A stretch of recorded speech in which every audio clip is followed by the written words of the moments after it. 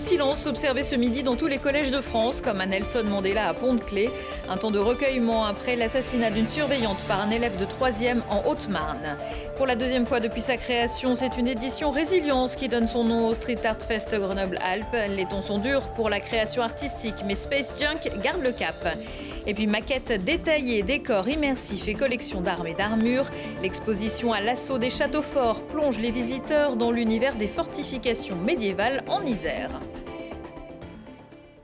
Bonsoir à toutes et à tous, bienvenue dans ce JT du jeudi 12 juin 2025. Du lundi au vendredi à partir de 18h, l'essentiel de l'actualité du Grand Grenoble. Au collège Nelson Mandela de Pont-de-Claix ce matin, comme dans tous les collèges de France, les équipes éducatives sont revenues sur le drame qui s'est produit mardi dans un établissement de Nogent-sur-Marne lorsqu'un élève de 3e a poignardé à mort une surveillante pendant une fouille des sacs. Le ministère de l'Éducation nationale avait demandé au chef d'établissement d'organiser une minute de silence pour rendre hommage à la jeune femme. C'est pas possible, c'est inacceptable. Et puis au-delà de ça, dire qu'on ne peut pas s'habituer et encore moins s'accoutumer de ce type de situation. Et donc il est important d'être là avec eux, de marquer ce moment. C'est à la fois un hommage et puis c'est de dire non, c'est pas possible, ça ne doit plus arriver. Et une situation paradoxale. C'est pendant une opération de protection que le drame est arrivé, mais c'est pas pour autant qu'il faut s'arrêter de protéger. Le gouvernement prend une mesure tout de suite. Beaucoup de circulation d'armes blanches, il faut que ce soit plus possible. Et donc, si ça passe par la sanction, il faut le faire. Interdire la vente d'armes blanches aux mineurs. Il faut protéger, continuer à protéger, fouiller. Il faut limiter l'accès des établissements, les sécuriser. Et puis, il faut s'attaquer très sérieusement à la question de la santé mentale des élèves. L'intersyndicale FSU Éducation appelait également à un rassemblement dans le silence devant le rectorat en fin d'après-midi. La carcasse d'un avion de tourisme qui avait décollé de l'aérodrome du Versou mercredi matin a été retrouvée ce jeudi en début d'après-midi à Chabot, au-dessus de Vif. Le corps sans vie du pilote a été retrouvé à proximité de la dépouille de l'appareil. L'homme âgé de 22 ans était parti seul et n'était pas rentré dans la soirée comme prévu. Les recherches lancées ce matin se sont concentrées du côté du lac de Monténard jusqu'à Saint-Martin-de-Claile. On ignore encore les causes de l'événement. La LPO de l'Isère annonce qu'elle va porter plainte après des vols répétés de parapentistes au départ du sommet du Moucherotte dans le Vercors. Le 18 mai, plus de 70 parapentistes auraient été observés, dont certains à quelques mètres d'un nid d'aigles royaux. Selon l'association, c'est ce qui aurait provoqué le départ d'un couple de rapaces et la mort de leur jeune aiglon. La ville de Claix avait récemment pris un arrêté pour instaurer une bulle de quiétude interdisant toute pénétration humaine dans un rayon de 300 mètres sur cette zone de la falaise. Elle en avait ensuite informé les associations, fédérations et clubs de vol libre. Un projet d'arrêté de protection du biotope qui prévoit la création de 4 bulles du versant nord-est du Moucherotte jusqu'au pic Saint-Michel est consultable jusqu'au 15 juin sur le site de la préfecture. Dans les murs, hors les murs, mais toujours sur les murs, le Street Art Fest Grenoble-Alpes se poursuit jusqu'à la fin du mois dans la métropole, devenu l'un des spots d'Europe les plus intéressants dans le domaine.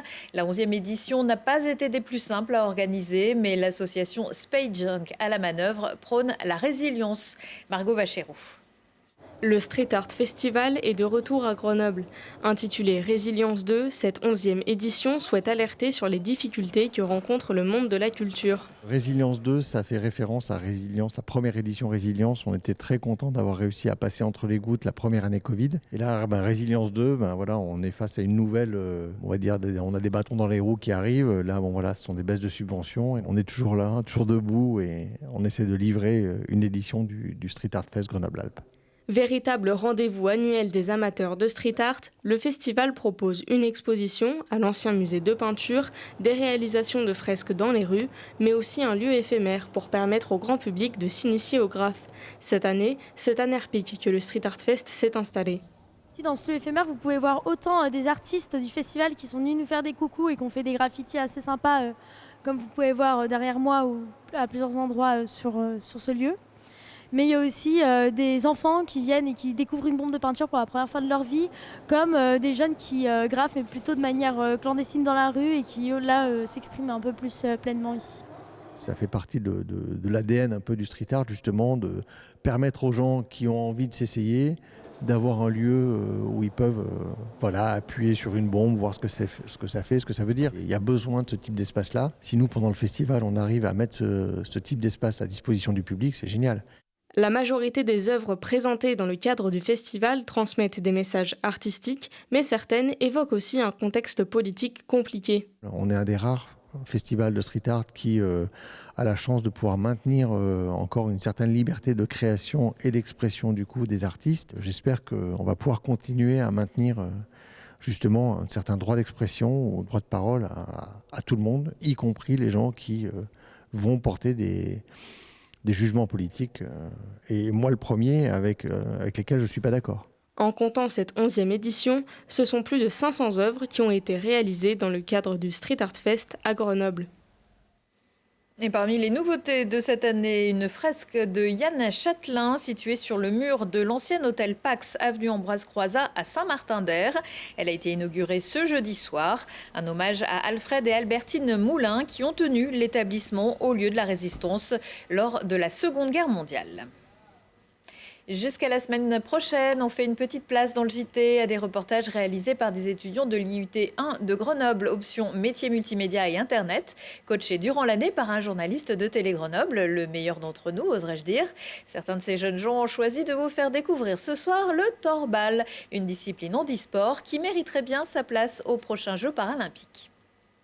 Et si le sport ne dépendait plus de la vue, mais de l'écoute? C'est le défi que relèvent les joueurs de torbal, un jeu où l'ouïe guide chaque mouvement.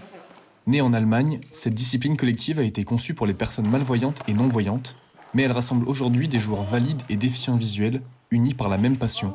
Ça fait plus de 20 ans que je joue au torbal, que je pratique le torbal, puisque j'ai commencé à l'âge de 10-12 ans. Je suis déficient visuel en fait depuis la naissance, donc comme je suis malvoyant, j'étais à l'école à l'Arc-en-Ciel, l'école des aveugles à Marseille, et c'était le sport de prédilection pour les déficients visuels. Et c'est là où j'ai commencé le torbal, et puis du coup ensuite quand je suis arrivé ici en 2013, j'ai pris la responsabilité de la section, parce qu'il n'y avait pas de torbal ni de sport pour les déficients visuels ici sur Grenoble. Le torbal, c'est un sport qui se pratique avec un ballon sonore, avec des gros lots dedans, un masque opaque sur les yeux, sur un terrain qui fait 16 mètres de long sur 7 de large, 3 joueurs de chaque côté.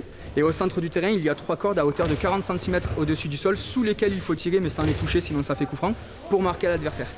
C'est grâce à Marc que j'ai découvert le torbal avec une initiation qu'il était venu faire dans mon collège quand j'avais 12 ans, quelque chose comme ça, en 5e. C'est un sport déjà qui est un peu en déclin. Disons que c'est un sport qui est pas très connu, pas très médiatisé, enfin même pas du tout.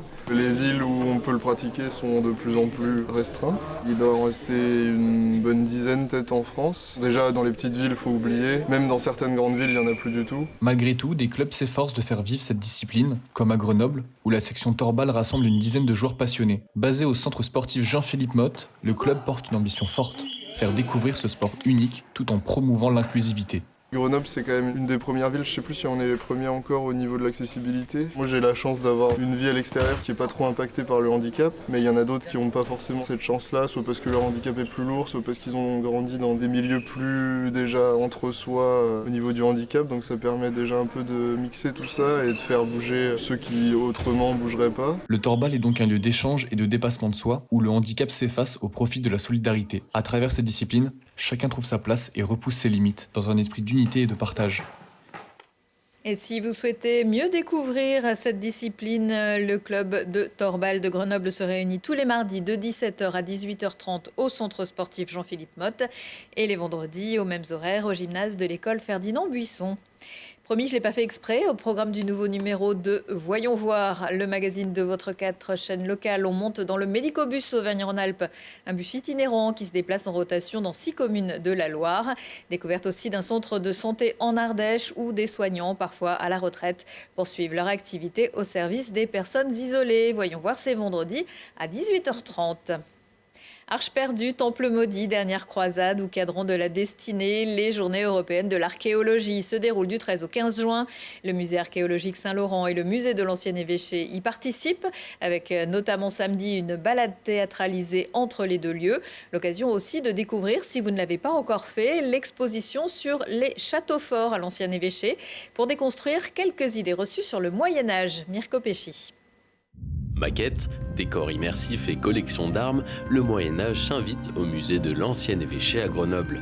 L'exposition à l'assaut des châteaux forts met en lumière le travail des archéologues qui, depuis les années 70, ont révolutionné notre compréhension du Moyen-Âge grâce à leurs recherches sur les fortifications iséroises.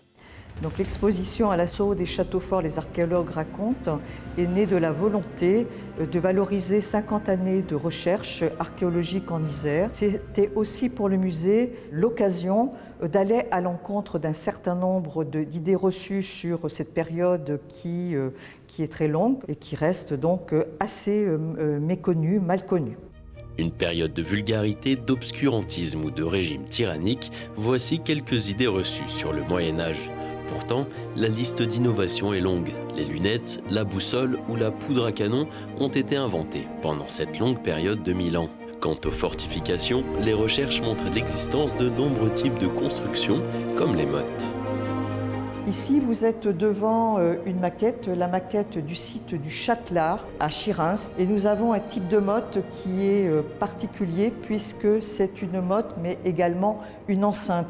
Et là, on voit très bien ce dispositif avec ce rempart qui est construit en terre et en galets avec le large fossé tout autour, et les fouilles ont révélé la présence donc de cavaliers armés, puisqu'on a trouvé des bouclettes d'éperons, de fer à cheval, des morceaux de fer à cheval donc, sur le site. En 1250 naissent les maisons fortes, un nouveau type de fortification qui emprunte les éléments architecturaux du château, comme les tours, les murailles. L'Isère se distingue par le nombre élevé de maisons fortes, aussi bien dans la vallée de Grésivaudan que dans la région de Crémieux. Ici, les maisons fortes sont encore pleinement visibles.